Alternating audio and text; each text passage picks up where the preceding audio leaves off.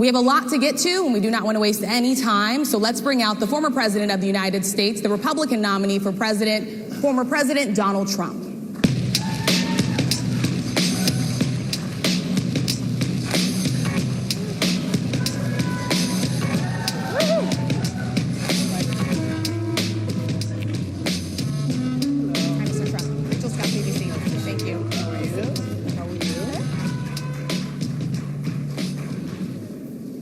Mr. President, we so appreciate you giving us an hour of your time. I want to start by addressing the elephant in the room, sir. A lot of people did not think it was appropriate for you to be here today. You have pushed false claims about some of your rivals, from Nikki Haley to former President Barack Obama, saying that they were not born in the United States, which is not true. You have told 4 congresswomen of color who were American citizens to go back to where they came from. You have used words like animal and rabid to describe black district attorneys. You've attacked black journalists, calling them a loser, saying the questions that they ask are, quote, stupid and racist. You've had dinner with a white supremacist at your Mar-a-Lago resort. So my question, sir, now that you are asking black supporters to vote for you, why should black voters trust you after you have used language like that? Well, first of all, I don't think I've ever been asked a question so in such a horrible manner. First question. You don't even say, hello, how are you? Are you with ABC? Because I think they're a fake news network, a terrible network. And I think it's disgraceful that I came here in good spirit. I love the black population of this country. I've done so much for the black population of this country. Including employment, including opportunity zones with Senator Tim Scott of South Carolina, which is one of the greatest programs ever for black workers and black entrepreneurs. I've done so much, and, you know, and I say this, historically black colleges and universities were out of money. They were stone cold broke, and I saved them, and I gave them long-term financing, and nobody else was doing it. I think it's a very rude introduction. I don't know exactly why you would do something like that. And let me go a step further. I was invited here, and I was told my opponent, whether it was Biden or Kamala, I was told my opponent was going to be here. It turned out my opponent isn't here. You invited me under false pretense. And then you said, you can't do it with Zoom. Well, you know, where's Zoom? She's going to do it with Zoom, and she's not coming. And then you were half an hour late, just so we understand. I have too much respect for you to be late. They couldn't get their equipment working or something was wrong. Mr. President, I would love if you can answer the question on your rhetoric and why you believe that black voters should trust you with another 4 years. I have been the best president for the black population since Abraham Lincoln. That's my answer. Better than President Johnson, who signed the Voting Rights Act? And for you to start off a question and answer period, especially when you're 35 minutes late because you couldn't get your equipment to work, in such a hostile manner, I think it's a disgrace. Let me just ask a follow-up, sir, and then we'll move on to other questions here. Some of your own supporters, including Republicans on Capitol Hill, have labeled Vice President Kamala Harris, who is the first black and Asian American woman to serve as vice president and be on a major party ticket, as a DEI hire. Is that acceptable language to you? And will you tell those Republicans and those supporters to stop it? How do you define DEI? Go ahead. How do you define diversity, equity, and inclusion? Okay, yeah, go ahead. Is that what your definition? That is give me a definition the words then. Would you give me a definition DEI. of that? Give me a definition. Sir, of I'm that. asking you a question, no, a very direct question. Define it for me, if you would. I just defined it, sir. Do you believe that Vice President Kamala Harris is only on the ticket because she is a black woman? Well, I can say no. I think it's maybe a little bit different. So I've known her a long time indirectly, not directly very much, and she was always of Indian heritage, and she was only promoting Indian heritage. I didn't know she was black until a number of years ago when she happened to turn black, and now she wants to be known as black. So I don't know, is she Indian or is she black? She is always identified as a black woman. She went to a historically black college. I respect either one, but she obviously doesn't, because she was Indian all the way, and then all of a sudden she made a turn, and she became a black person. Just to be clear, sir, do you believe that she is... I think somebody should look into that, too, when you ask continue in a very hostile, nasty tone. It's a direct question, sir. Do you believe that Vice President Kamala Harris is a DEI hire, as some I Republicans really don't have know. said? I mean, I really don't know. Could be. There are some, and there are plenty. I know this lady right over there, Harris, is a fantastic person who just interviewed me at length. And we had a great interview, I think, and I heard you got very good ratings on that. Well, interview. you told me it was the longest one of your life, so we had a good discussion. Look, I want to talk about why you're here today. I mean, it is not lost on us how divided we are as a country. And as you were coming today, we really got to see that we are divided along the lines of race, along the lines of gender. And there is this question of, in this moment where we are, why come here? What is your message today? My message is to stop people from invading our country that are taking, frankly, a lot of problems with it. But one of the big problems, and a lot of the journalists in this room I know and I have great respect for, a lot of the journalists in this room are black. I will tell you that coming from the border are millions and millions of people that happen to be taking black jobs. You had the best. What exactly is a black job, sir? A black job is anybody that has a job. That's what it is. Anybody that has a job. All right. And Mr. President, they're taking the employment away from black people. They're coming in, they're invading. It's an invasion of millions of people, probably 15, 16, 17 million people. I have a feeling it's much more than that.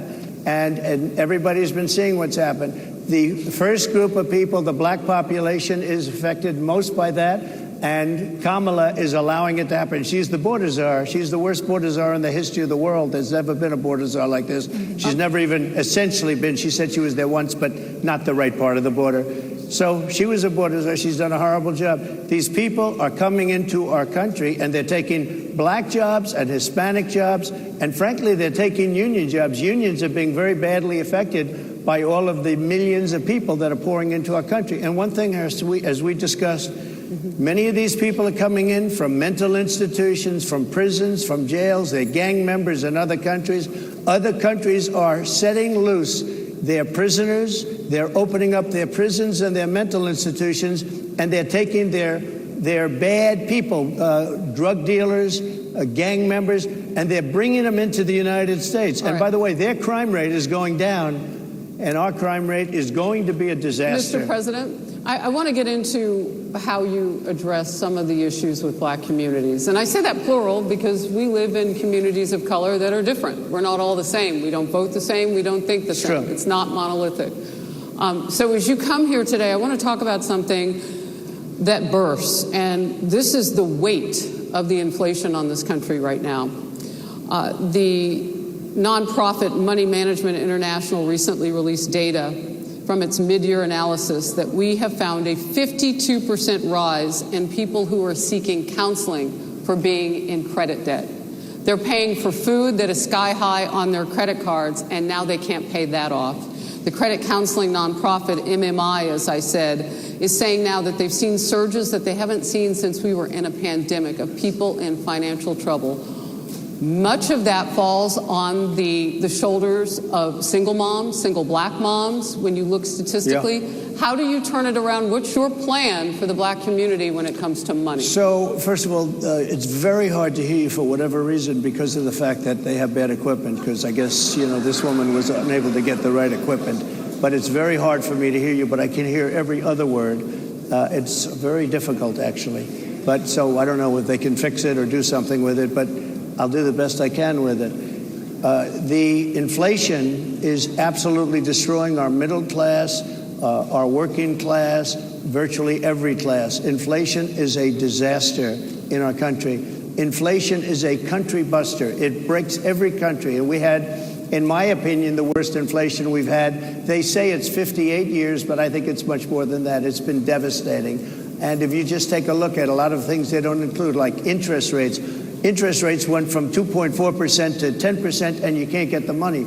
People can't buy houses. They no longer have the American dream. Young people, young black people, they don't have the American dream anymore. They can't buy a house. They can't borrow the money because of the cost of the money. They can't buy it because of the cost of housing, because of the cost to build it, because of inflation. Inflation is a disaster, and it's destroying our country, and it's destroying the black community probably as much or more than any. What's your plan? You know what we have to do? We have to bring down the cost of energy, and that's going to bring down the cost of inflation. This was all started with a bad energy policy by Joe Biden. By the way, just if I might, I was running against a man named Biden. You probably saw that.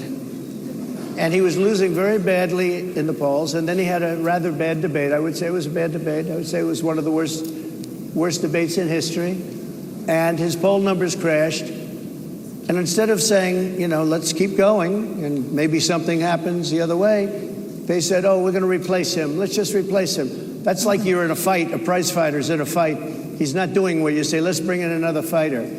So our whole campaign was steered toward him, and now we have to steer toward him. But ultimately it's the same because they have bad policy. They have policies of open borders, unbelievable open borders, horrible energy policies. They want to get rid of as you say, gasoline in cars. They want to get rid of oil. They want to get rid of efficient heating. Mr. President. Environmentally, what they're doing is killing our country. They're absolutely destroying our country. But the inflation is the thing that's hurting the black worker, the black population, and every other population within our country. Inflation is the worst it's been, I think, in over 100 years. And they'll fact check it. They'll say it's only 58, whatever it may be. They don't add all the numbers. They don't add the really bad numbers, and you can check that too. But inflation, Harris, is absolutely destroying this country and the people in our country. Yes, Mr. ma'am. President, can I ask you another question Yes, that is also impacting black Americans? And that's very clear now. Good. I'm sorry? It's very clear. I hear you. Okay. So Sonia Massey, someone from Illinois, an unarmed black woman, was shot the other day in her home by a deputy sheriff. The deputy has since been charged with murder. You've said police would get immunity from prosecution if you win. Why should someone like that officer have immunity, in your opinion? Immunity? Immunity. I don't know the exact case, but I saw something, and it didn't look good to me. It didn't look good to me. Are you talking with the water, right? Yeah, well, police unions are not backing this person either. Okay. But again, why would... Are they going to be charging the officer? I guess they're charging the officer. So why should he receive immunity? Well, he might not. I mean, it depends. It depends on what happens. I'm talking about people that are much different cases than that. We need people to protect ourselves. And by the way, in Chicago, as an example, a few weeks ago, July 4th weekend, they had 117 shootings and 17 deaths. Nobody wants that. Nobody wants that. We need to have our police officers have the respect and dignity back. In this particular case, I saw something that didn't look good to me. I didn't like it. I didn't like it at all. So can you get a little more specific back to the immunity question? Who would make those Well, right now, for the most part, people are protected by their unions, by their police unions, or by their police departments. But I'm saying if I felt, or if a group of people would feel that somebody was being unfairly prosecuted because the person did a good job maybe with crime, or made a mistake, an innocent mistake. There's a big difference between being a bad person and making an innocent mistake. But if somebody made an innocent mistake, I would want to help that person. What would those exceptions be? What would determine an innocent mistake? You go after somebody, and it's a very close call, and it's very dangerous. And you know, they have the policeman's life, and woman, is a very difficult thing because sometimes you have less than a second to make a life and death decision, and sometimes very bad decisions are made. They're not made from an evil standpoint, but they're made from the standpoint of they made a mistake. So I want to follow up really quickly. I find it interesting because you do talk about reining in prosecutors, especially when it comes to prosecutors that are prosecuting you. Why doesn't that skepticism apply to law enforcement?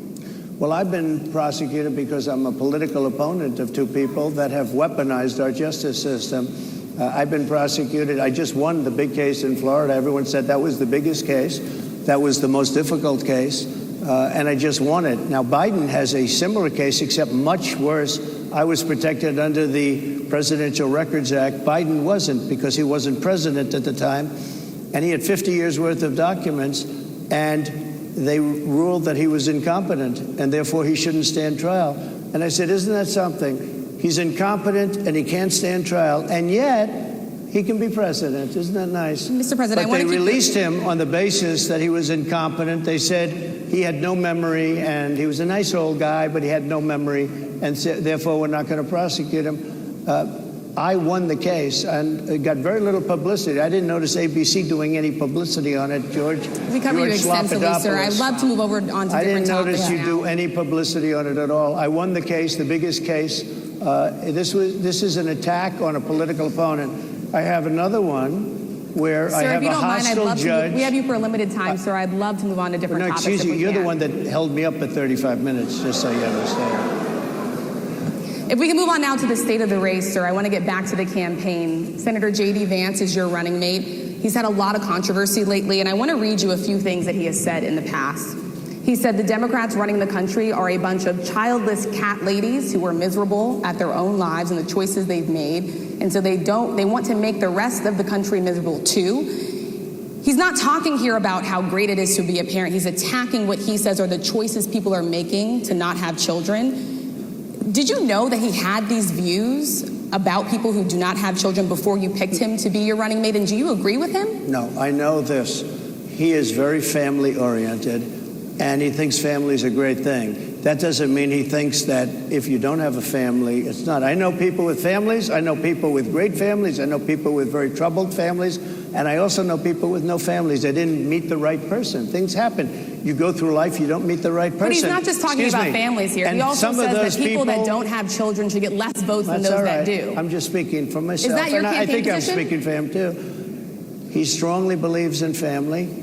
But I know people with great families. I know people with not great families that don't have a family. And the people without the family are far better. They're superior in many cases, okay? He's not saying they're not. What he's saying is that he thinks the family experience is a very important thing. It's a very good thing. But that doesn't mean that if you grow up and you grow older and you don't meet somebody that would be wonderful to meet and would have been good, that that's a bad thing. He's not saying that. My interpretation, you'll have to ask him, actually, but my interpretation is he's strongly family-oriented, but that doesn't mean if you don't have a family, there's something wrong with it. Just one last point, and then we'll move on. Just one of the bedrock principles of American life is one person, one vote. Senator J.D. Vance has suggested that someone who has children should have more votes than a person who does not have children. I just want to be clear here. Is that the position of your campaign? Well, no, but it's not something I have ever heard before. I can tell you this. Right now you have illegal aliens coming into our country, many from prisons and many from mental institutions, and they want to give them votes. I don't think they should have votes. They came into our country illegally, and they're taking the vote away from all of the people in this room that have been here a long time, that have worked hard, that in many cases, and you'll see this happening, if I'm not elected, you're going to see it happening. If I am, you're not going to have any problem. But you're going to see it happening a long time. You're going to see the people in this room and people outside of this room are going to be losing their jobs to people that have come into this country illegally. Mr. President, can we stay with just kind of the state of the race right now? Because I felt like that vice president question, candidate question was right in there with that. So let's talk about J.D. Vance for a little bit. He's had some stumbles out of the gate. I don't know if you're hearing what we hear as reporters, but it's been a tough couple of weeks for him. Why did you choose J.D. Vance? Why did you choose him? And I'm having a hard time hearing, too. I know everybody out there can, but it's hard to hear. I'll tell you why. I chose him because he's a very strong believer in work and the working man and woman, and especially the working man and woman who have been treated very unfairly, because you have many of them in this room, but you have many of those people, they were treated very unfairly. They worked very hard and they were treated unfairly. He wrote the book that became a bestseller. The movie became a smash hit. He's a very smart guy. Without the benefit of having a family that has contacts, like a father that was well-connected, he got into Yale Law School. He graduated in 2 years from Ohio State, summa cum laude. I mean, you take a look at, his career has been an amazing career. He started off at a level with a difficult family situation, very difficult with the mother and the father and everything else. He ends up going to Yale Law School and was one of the top students, became the head of the Law Journal. I mean, that's an amazing thing. He's a 4-year, he was in the military with great distinction for 4 years, got out, went into business, became successful in business, very successful in business, actually, did public offerings and other things.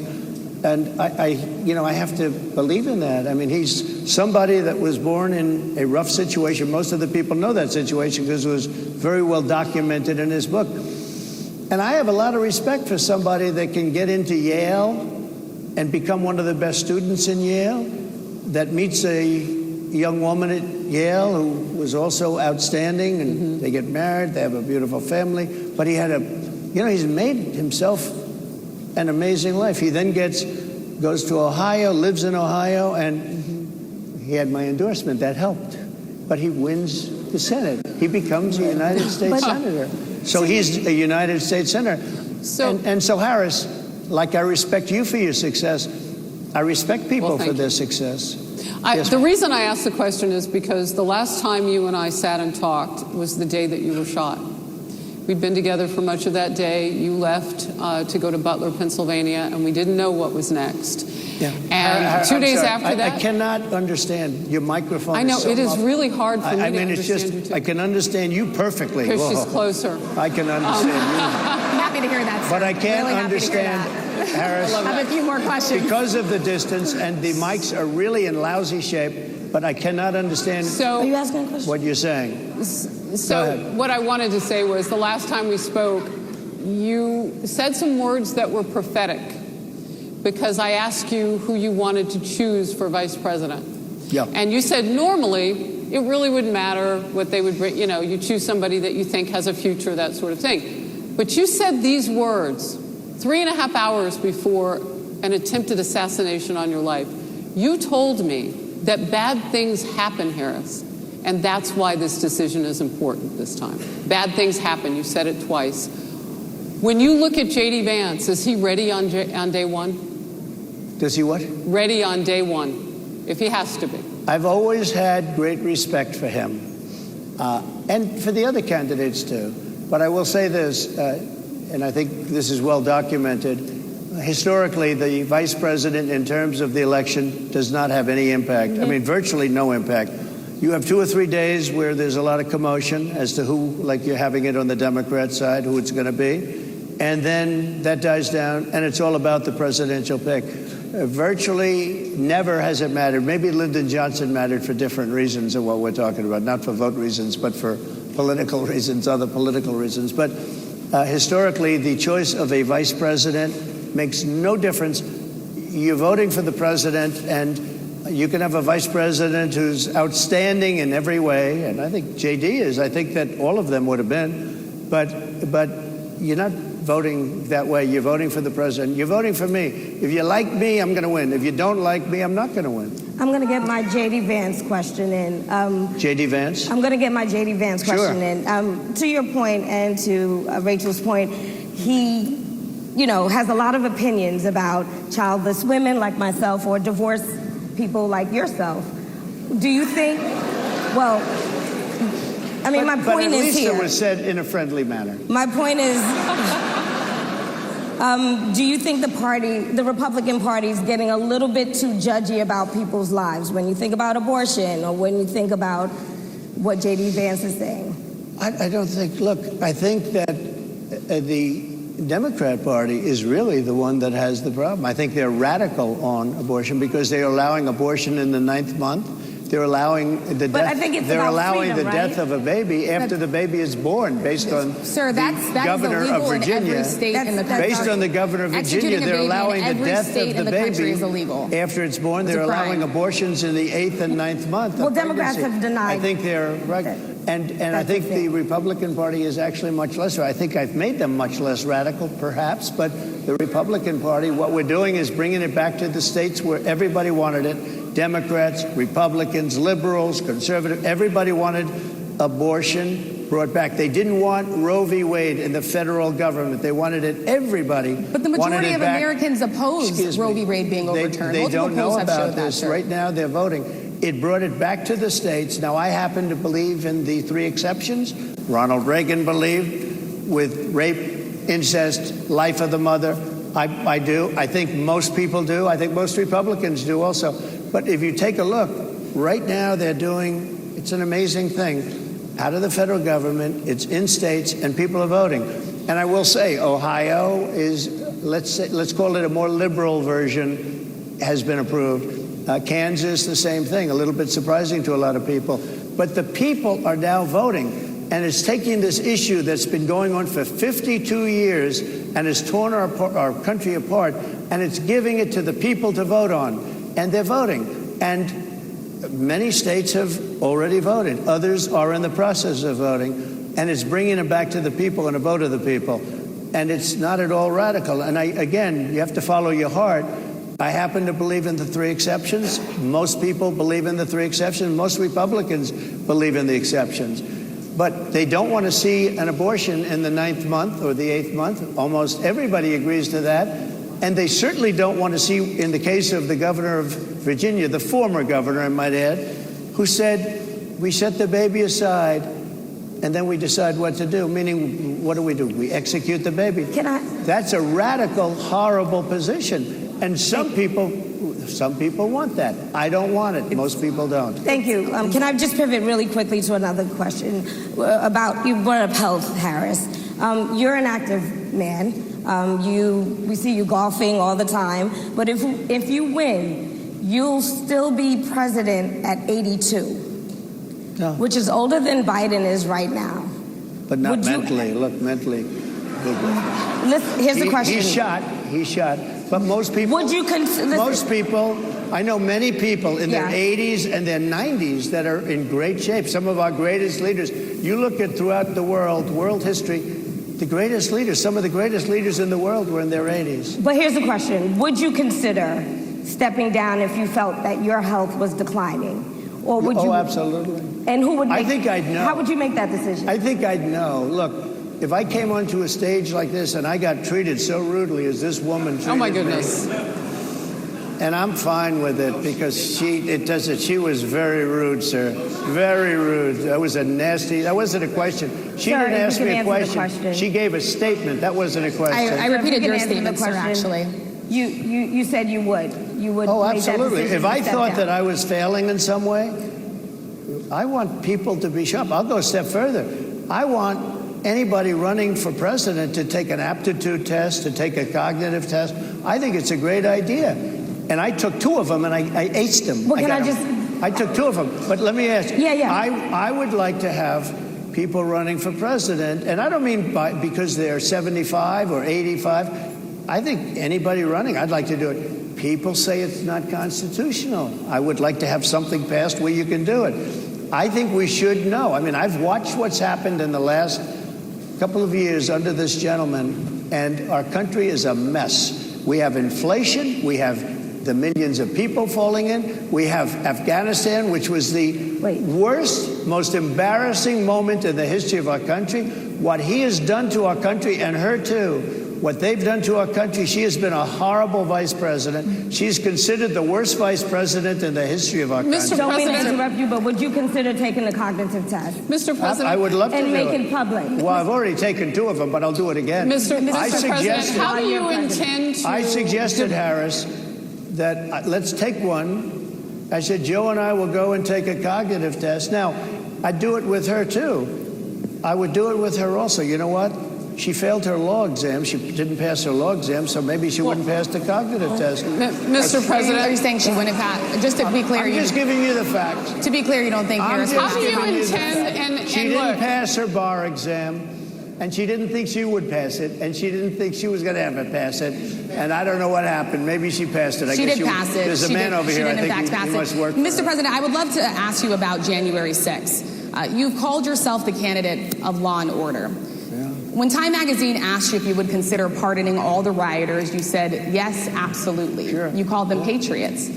140 police officers were assaulted that day. Their injuries included broken bones, at least one officer lost an eye, one had 2 cracked ribs, 2 smashed spinal discs, another had a stroke. Were the people who assaulted those 140 officers, including those I just mentioned, patriots who deserve pardons? Well, let me bring it back to modern day. Like about 5 days ago, we had an attack on the Capitol, a horrible attack on the Capitol. You saw the people that were protesting and spraying these incredible monuments, bells, lions, all these magnificent limestone and granite with red paint, red spray paint that will never actually come off, especially in the limestone. It will never, I'm a builder, I know about this stuff. It'll never, you'll see it in 100 years from now. They viciously attacked our government. They fought with police. They fought with them much more openly than I saw on January 6th. What's going to happen to those people? What's going to happen to the people in Portland that destroyed that city? But sir, my question is on those. What's going to happen to the people that tried to bring My question is on those rioters who assaulted officers. You have to would you pardon those people? What's going to happen? Oh, absolutely, I would. You would pardon those? If they're innocent, I would pardon them. They've been convicted. And by the way, the Supreme Court just well, they were convicted by a very tough system.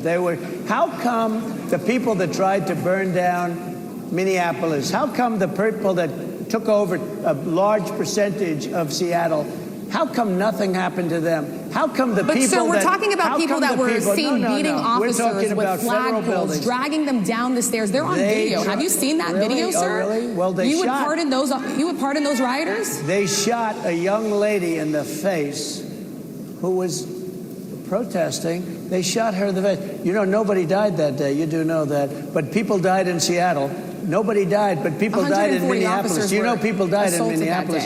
And nothing happens, and nobody ever talks, and nothing happens to those people. But you went after the J6 people with a vengeance.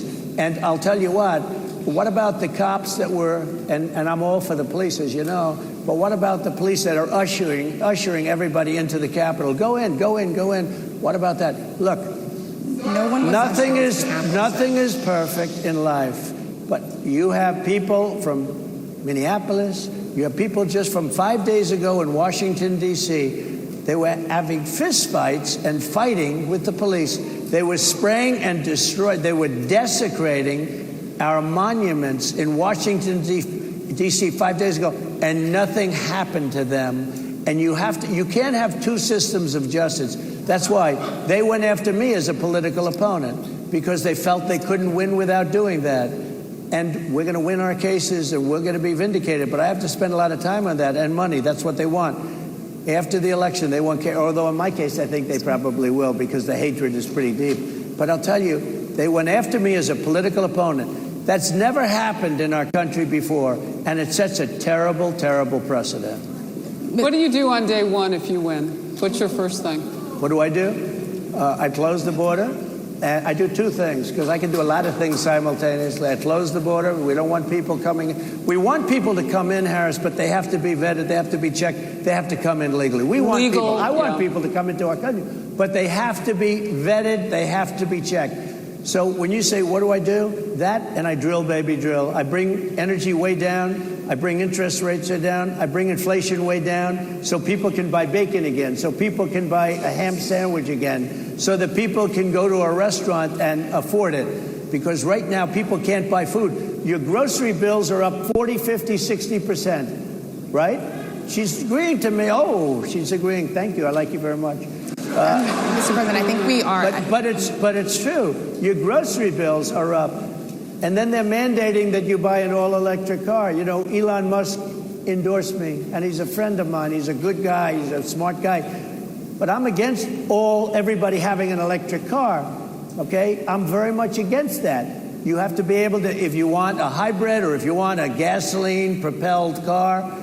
But, you know, we have more liquid gold, gasoline, oil, under our feet than any other country. More than Saudi Arabia, more than Russia, more than any other country. I want to use it. I want to use what we have.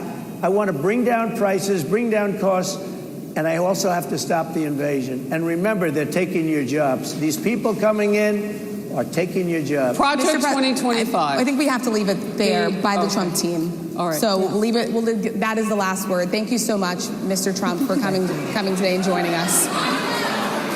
Well, thank you very much. They've been telling us. Thank you.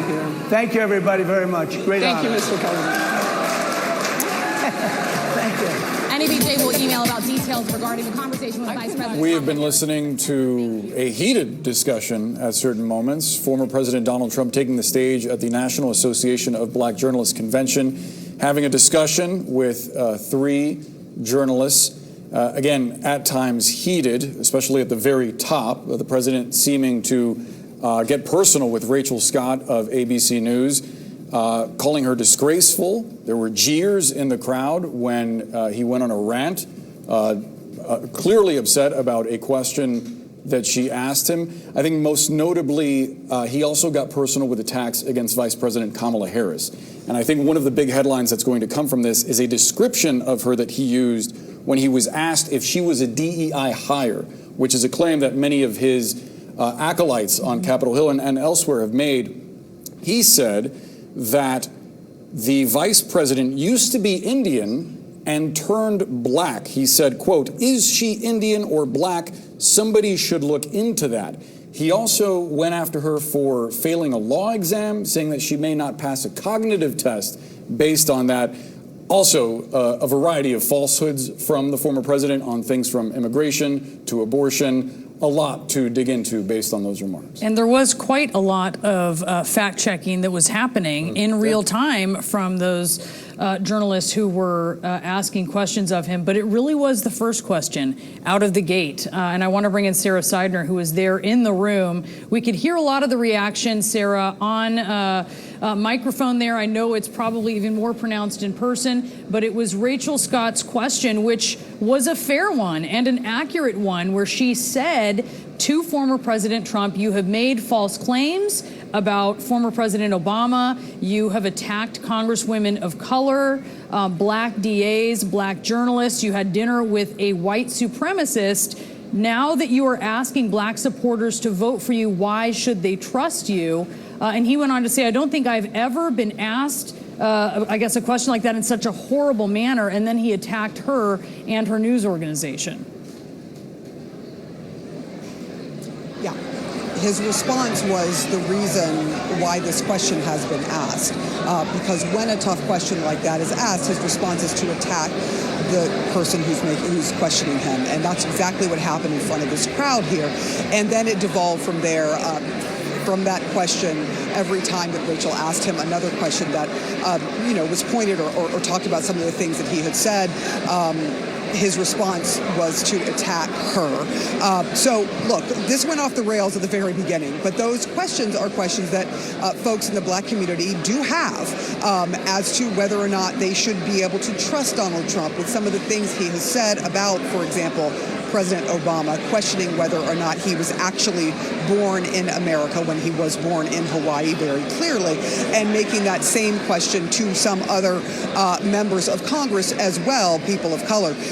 But, there were some questions that were asked about the economy that people hear, and you could hear the response in the room. And remember, again, this is a room full of journalists. This is a room full of people who cover some of these issues in either their local community or on the national stage. And the entire room was packed with people. To some of the questions, there was laughter. To others of the questions, there were a couple of people who shouted out boos or who were trying to fact check him in real time.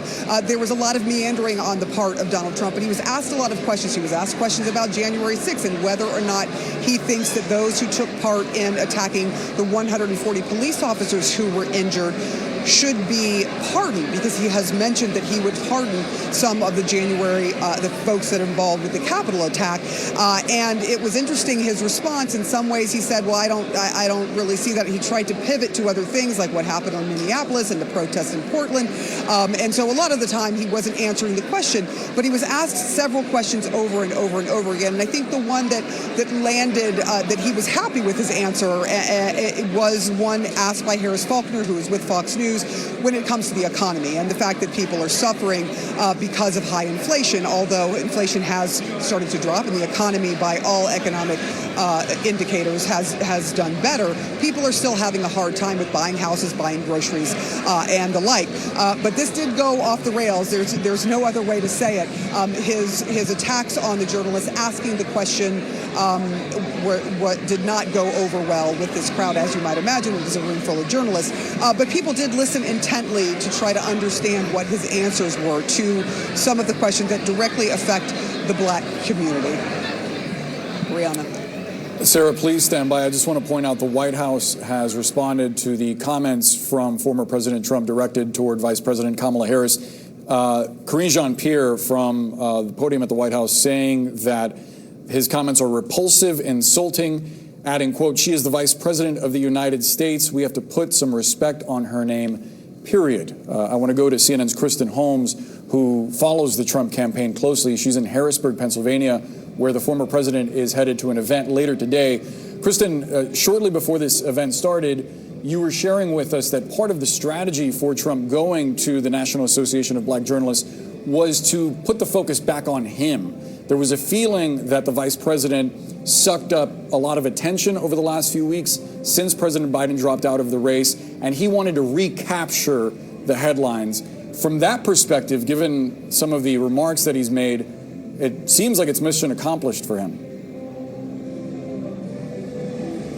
Yeah, Boris, I mean, one senior advisor told me before this this panel started, that this event, more than anything he had done in the last several months, had the most potential to go sideways. And I think we can all agree that it certainly did go sideways. Now, the big question is whether or not it did what Donald Trump often sets out to do. We know that Donald Trump sucks up all the oxygen in the room. And lately, he's had a hard time breaking into this media narrative, particularly around the enthusiasm around Kamala Harris. But it is very likely now the focus is going to be on some of these really out there comments that Donald Trump made, questioning whether Kamala Harris, the first black vice president, is actually black, at a conference of black journalists, attacking the black journalists who asked him questions, going after question after question, turning the narrative to be more attacks than actually answering questions on policies. Remember that one of Donald Trump's campaign's main agendas in this campaign cycle is to siphon off minority voters, particularly black men and Latino men, to bring them out to the polls. Some of these questions were legitimate questions about why black people, why they should vote for him, given some of the remarks he has said. And instead of answering those questions and using this as an opportunity, he turned this into an attack. Now, I spoke to at least two people close to Donald Trump who said they believed he was, quote, doing very well in what was a hostile environment. But of course, Boris, that's exactly what you would expect to hear from the campaign. They're not going to say that it was a train wreck in action. But again, one thing to watch here.